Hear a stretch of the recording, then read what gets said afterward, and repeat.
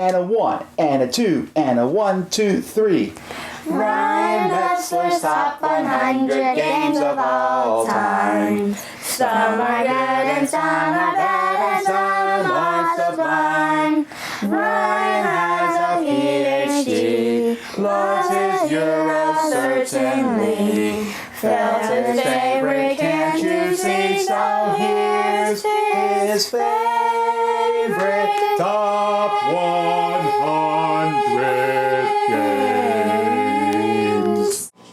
Hey everybody, welcome to another episode of Ryan Metzler's Top 100 Games, where this time we'll be covering games number 20 to games number 11. We're almost to the top 10 games. I'm excited to go over those, but in order to go over those, I have to go over my next 10 favorite games, which are also very great games.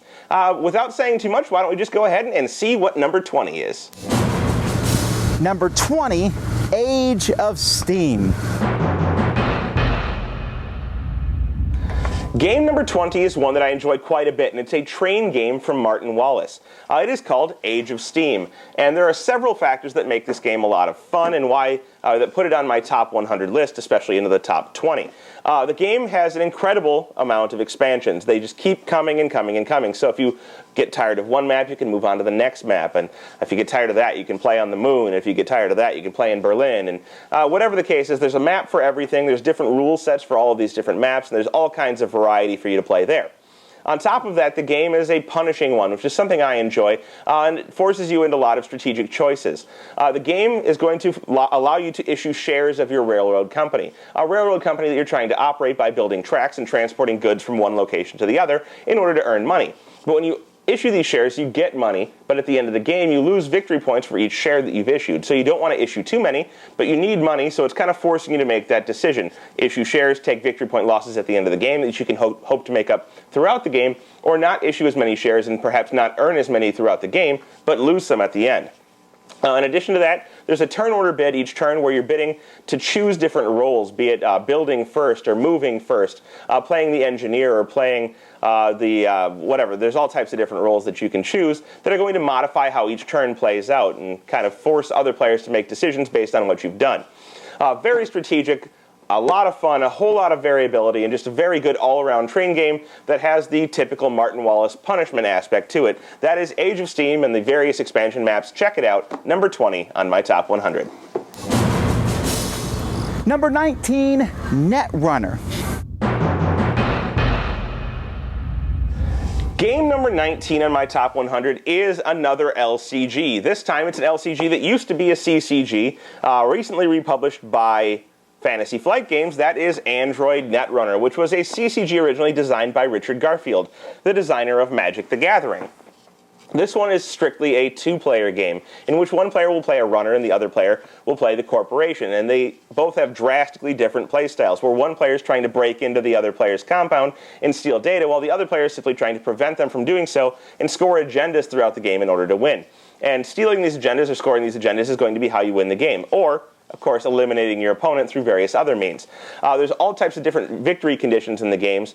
I mean, I guess there's not a lot of victory conditions, but there are variable victory conditions. You can simply knock out your opponent's hand size, or you can score the requisite amount of victory points. But each player has a different goal, and then you can build your decks to have different feels to them. Some corporations focus a lot on money. Some of them focus more on defense, or some of them will be more offensive, trying to eliminate the runner player out of the game. And the runners have the same type of styles. You can build them and merge different deck styles in order to create dynamic deck feels that are different each time, or if you prefer to stick with one style, you can build one that kind of tailors to your own custom play style throughout the game, and that's what makes this awesome. They keep releasing new expansions to it. It has a kind of electronic hacker type feel to it that you don't get from a lot of different games. It's direct conflict, and it's had a lot of variability, and that's what places it in my top 20 games at position number 19, Netrunner. Number 18, Rolling Freight. The next game on my top 100 is one from Ape Games, and that is Rolling Freight, another train game, the second one in this part of my top 10, and I believe the only other one in this part of my top 10. Rolling Freight is a game in which you're going to use dice in order to manage your trains. You're going to be using dice to buy links. You'll be using dice to build those links. You're going to use dice to deliver things and use dice to build switches so that you can use less dice to do things. You can also use dice to buy special extra dice or in order to upgrade your special powers that you have throughout the game. And you're thinking, well, dice. Ryan, you don't really like dice. And that's correct, I don't like dice. But the way that Rolling Freight uses dice is an interesting way, and you basically always have a use for these dice. Whether you roll poorly or you roll great, there's always a use. And if you roll super poorly, you can actually carry your dice over to a future turn. Some of them, not all of them. But basically, the game mitigates that luck in the dice. Each die has colored sides, and depending on the colored sides you roll, you'll be able to spend them on various things. Buying contracts or links, for example, requires you to use a certain amount of dice and sometimes a specially colored dice in order to buy it. Building those links will always require you to use the color of the link in terms of your dice. But buying things like upgrades or the switch upgrades is going to use generic colored dice, any side, so that you can always use those.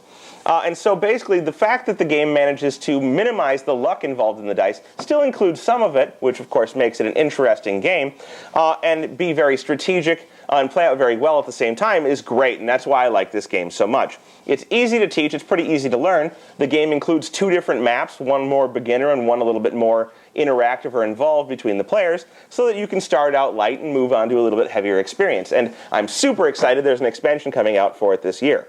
The game was one of my favorites of last year's, and of course one of my favorites of all time, here at number 18, that is Rolling Freight from Ape Games. Number 17, Bora Bora.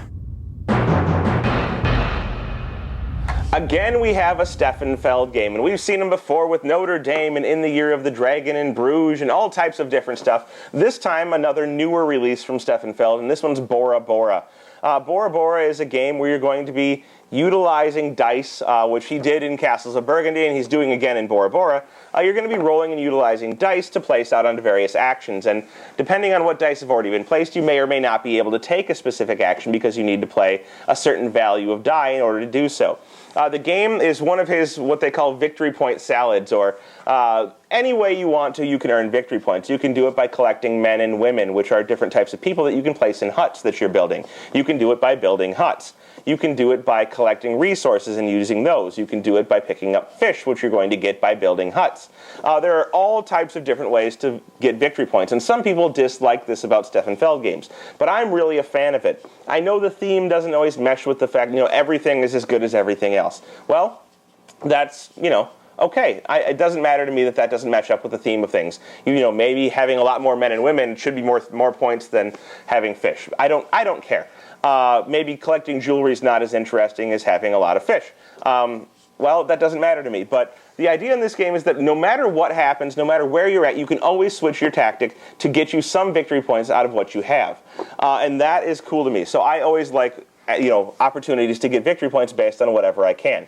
So this game allows you to do that. It's going to give you goals that you're trying to accomplish from turn to turn, and you need to adjust what you're doing in order to accomplish a goal. And if you can't accomplish a goal, you're going to lose out on a lot of victory points. It rewards you for being complete in areas for things that you want to do. So if you can complete all of your victory point tiles, you're going to get a bonus at the end of the game. If you manage to build all of your huts, you're going to get a bonus at the end of the game. If you manage to have all of your men and women, you can get a bonus at the end of the game. And basically, it's going to reward you for being completist, but it's also going to reward you for getting a diversity of things throughout your gameplay. There's not much more I can say about it. If you want to check out more about it and see a little bit more detail, check out my review. But this is game number 17, Bora Bora by Steffenfeld. Number 16, Zolkin. Game number 16 was one that I thought was pretty revolutionary, no pun intended, when it came out. And it was a Essen release from last year. It's a game called Tzolk'in, or Tzolk'in, or I don't know how you say this game, but it's about the Mayan calendar. The idea here is that you use a rotating gear system combined with worker placement to change the actions that people are taking. I was, at the time, actually looking at using rotating gears in a game design. I've fallen behind on my game design, or never actually gotten anywhere with it, but Tzolk'in came out and kind of made the idea a little bit obsolete. Now, Czech Game Editions published this game, and they got it out at Essen, and I think it made a big splash because of the fact that the way you place workers and the way you remove them makes the game different than most other worker placement games. When you place a worker out, you put him out onto a gear, and you pay a certain amount based on how you place him, or how many workers you place with him, and you place him out onto different gears based on what action you want to do, be it getting corn, or building something, or collecting a crystal skull, or upgrading something, or getting a new worker. You're going to place them on a different wheel of the board, and all of these wheels kind of interlock in order to move at the same time. You can see it here on the back. And at the end of a round, this is going to move 1 click, or sometimes 2 if a player decides to move it 2. But through this, you're trying to collect resources. You're trying to do various things with those resources and earn victory points, of course. But the real thing is when you place your worker, it doesn't actually do anything. You're simply paying resources to put them out onto the board. When you pull them off instead of placing is when they activate. So when you place them on, you're going to try and wait till the opportune time when they're on the action that you need, because they're going to rotate around those wheels. You're trying to wait until they reach where you want them to be, and then you, instead of placing workers, pull them off and activate all of them that you pull off as you do so. So it's kind of a game about patience. It's about waiting to the right time, or trying to schedule when the right time will be for you to get an action that you want. And that is the interesting aspect of it to me. It takes that worker placement, it adds a timing element to it and a patience element to it, and just makes it really, really cool and really interesting. So if you're looking for a game that has worker placement, it's something that you know, but introduces an element that's not quite the same and gives it a unique feel, check this one out. That's Zulkin, the Mayan calendar game from Czech Games Editions. Number 15, Keyflower. The next game on my list is one by Richard Breeze and R&D Games. It's another worker placement game with a semi-unique element to it that makes it interesting and puts it in this top 100 list. And that game is Keyflower, which you can see right here. Keyflower is a game in which no player will have their own specific color of worker, but each player will have 3 different, or potentially 4 different colors of worker: red, blue, yellow, and green. These workers will be used to bid on tiles, to activate tiles, be they in the center of the table or in a player's player area, in order to take some type of effect. You can buy a tile to place it in your own area, hoping to get victory points out of it later, or use its ability in order to keep your workers, or you can simply play it, bid on it or use it in the center of the table so that you don't have to buy it, and maybe someone else will bid on it and use it, but you can just activate it without having to actually take it. In addition, if somebody else does buy it, you can use your workers to place on their area, but they're going to get to keep those workers when you activate their tiles that they've placed into their own city. Now, the strategy here comes in best utilizing your workers, because once a tile's been bid on or activated with a specific color of worker, it can only be bid on or activated with that color of worker. So once a tile is red, it has to be played red for the remainder of that turn, and then the workers will clear off and can be used with a different color later. But trying to memorize what each player has, or trying to figure out what each player has in terms of workers, be it red, blue, green, or yellow, is going to be important to activating different tiles, because maybe you want to lock somebody out of bidding on a tile. You need to bid 3 yellow workers. Well, if you bid 3 yellow workers and somebody else has 4, your bid's not going to be any good. But if you know that 3 is a good bid because nobody else should have 4 left, then you're playing it a little bit safe, and that's a good way to go. So it got that memory aspect of trying to figure out what other people have, or trying to remember what other players have in terms of workers. It's got the aspect of being able to utilize somebody else's tile that they paid for, but giving them a bonus for doing so. And whoever best manages to do all of that, of course, is going to win the game. It's got that cool aspect of using workers as a resource that can be transferred between players. And I think it plays out very nicely and differently each time. So if that sounds interesting to you, check this one out. That's Keyflower from Richard Breeze and R&D Games. Number 14, Pala. Now we come to a trick-taking game that was introduced to me by Jeremiah Lee. I don't know if you've heard of him. He does Zombie in My Pocket and some other games with indie boards and cards. But this game is not a indie boards and cards game. It's a trick-taking game from Cambridge Games, and that game is called Pala, and I keep it in my awesome card game box. Now, as I said, this is a trick taker in which you're going to be mixing paint colors, or using different colors of paint in order to try and win tricks. There are 6 suits. They are the primary colors, red, blue, and yellow, and then you have the secondary colors, green, orange, and purple. And the tricks that you play will either be primary or secondary.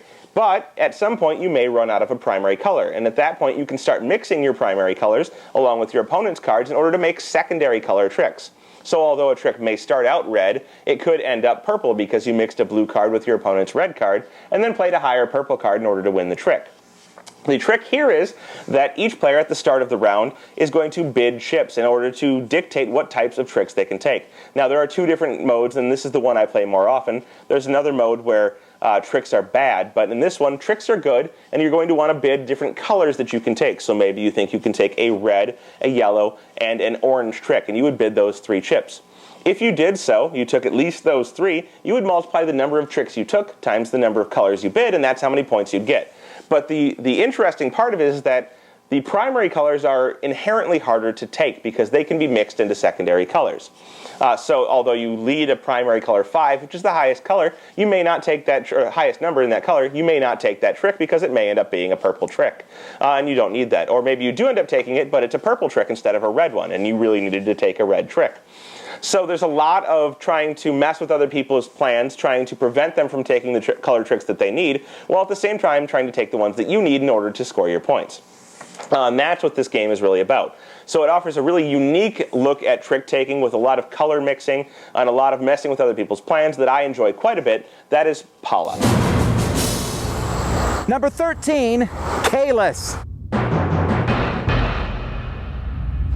The next game on my top 100 is a Euro game that's been around for quite some time. It has a very boring cover, but excellent gameplay, and that game is Kalis. Now, Kalis is a worker placement game that uses some other moving pieces in order to change the flow of how worker placement or worker activation will work. Each player is trying to build different types of buildings and essentially contribute to a castle construction in order to earn victory points. But when they do so, they're going to be building buildings along a road, and these buildings will provide new actions to the players. The buildings that you build, you will own, but other players can use them, and if they do so, you'll get victory points for allowing that to happen, for having that happen. These buildings will provide you with resources or money, or the ability to build more buildings, which will give you victory points, or they could allow you to sell some of your resources to get money. Whatever they are, they have all types of different abilities that can be activated. However, you place first and then you activate later, and before activation there's a phase where you move a special piece called the provost along a road, or along the road that these buildings are built on. You can move him forward or backwards some spaces dependent on how much money you want to spend, up to 3. Moving him backwards will eliminate buildings in front of him from being activated later in the turn. So although a player may have placed on them, they may not get to activate them. And this is where a lot of the strategy of this game comes in. You need to make sure the provost is past all of your own workers, but maybe eliminate some other players' workers from being used on those turns.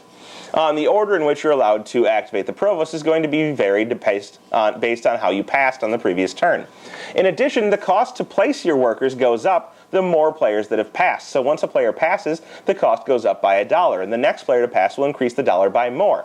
But if you're in a specific position on the board, you can actually activate or place workers for $1 no matter how many players have passed. But that's a very special place on the board that a lot of players will fight over.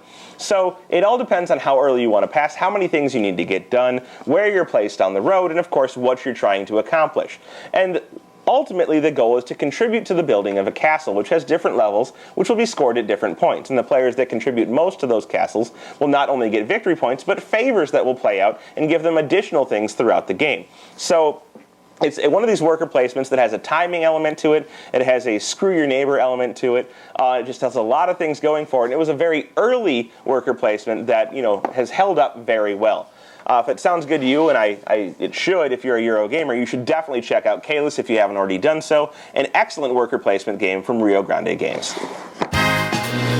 Number 12, Antique. Now we come to another Matt Gertz game. And this is a game which is called Antique. Now, Antique is a game for anywhere between 2 and 6 players, although if you're going to play 2, I suggest you play Antique Duellum, which came out last year. Very similar game, around the same mechanics, but, more geared for 2 players. Anyhow, in this game, of course, you're going to see Matt Gertz use his rondelle system again. So he has this typical system where you're going to be moving your piece around a rondelle in order to take actions. And you can move it 1 to 3 spaces for free, but you can pay resources to move it further. In this game, your goal, or you're going to have several goals, but your objective is to reach a X amount of goals before the other players. These goals could be things like destroying other players' cities, or holding a certain number of cities for yourself, or having a certain amount of things in lakes. So if you're positioned appropriately in the water with your pieces, you can get points that way. Or upgrading certain things. Whatever it is, having a certain amount of temples will get you a goal. You're trying to race to having the most goals, or a certain number of goals before the other players, by best utilizing this rondel system to collect goods and use those goods to build armies and ships, to build temples and cities, and just position yourself strategically around the board. So it's a war-type game where players are fighting against one another, but they're trying to establish position on the board and hold these goals until the end of the game in order to win. So, as I said, you're utilizing that rondel system. You're trying to outmaneuver and outwit your opponents, make sure that you reach the goals before they do, and that you do it in a way that you can accomplish more goals than they do faster. It's a little bit of a race, but it plays out very well, very strategic. I definitely suggest you check out this rondel game, Antique by Matt Gertz and Rio Grande Games. Number 11, Dominant Species. The last game in this video, and game number 11, is a war game slash Euro game worker placement hybrid by a designer who's known for his war game experience in the past, Chad Jensen. He made this game Dominant Species, published by GMT, a war game distributor, but kind of the hybrid game that I would describe, or that I've described earlier. In this game, each player has an archetype of animals. They're going to have one type of class of animals, be it mammals or birds or reptiles or amphibians, and they're going to be trying to advance the spread or the domination of this species on a developing planet that's eventually going to go through an ice age.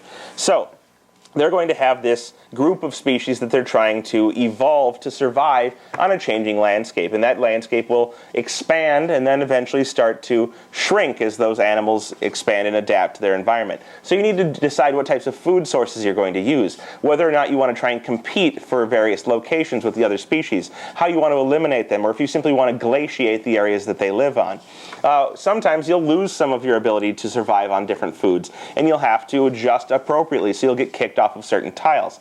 But having the dominant force or the dominant presence in each of these different places is going to be important. Now, domination in this game is not dictated simply by having the most of your species there, but it's dictated by how adapted you are to survive on a place, and of course, still having a presence in those areas. So if you're there and you're the best adapted, you're going to get a bonus. You'll get to play a card appropriately, but you may not get the victory points for certain things based on how well you're spread out and how well you're adapted to be somewhere. So there's all types of things you need to pay attention to: how you're going to score, how you're going to get to be able to play the special cards, and how you're going to choose which ones are played out in what order. Whether or not you want to fight for an area or if you just want to move to somewhere else. The birds being very good at that, they can just fly off and get a whole new area. Each of these species has a different power, a different play style, and depending on what you're trying to do and how the board develops, as well as what other players do, the game is going to change a lot from game to game. It's a very long game, not one that I suggest for people who are looking to get into a short experience, who aren't looking for a complicated play style. But if you're into games that have very well laid out rules, a whole lot of interactivity, and use different styles of game, be Euro game and combined with war game, to put together an interesting experience, I definitely suggest you check out Dominant Species, one of my favorite games, number 11 of my top 100 from GMT Games and designer Chad Jensen. There you have it. That is games number 20 to 11 on my top 100. This time you're starting to see it'll get a lot more Euro-centric, but I did manage to slip a few card games in there for you. Hopefully I'll be able to bring you my top 10 games within the next week. You can see what my favorite games are and how they might apply to your own gaming preferences. Check it out later this week. I'm Ryan Metzler with the Dice Tower, and thank you for watching.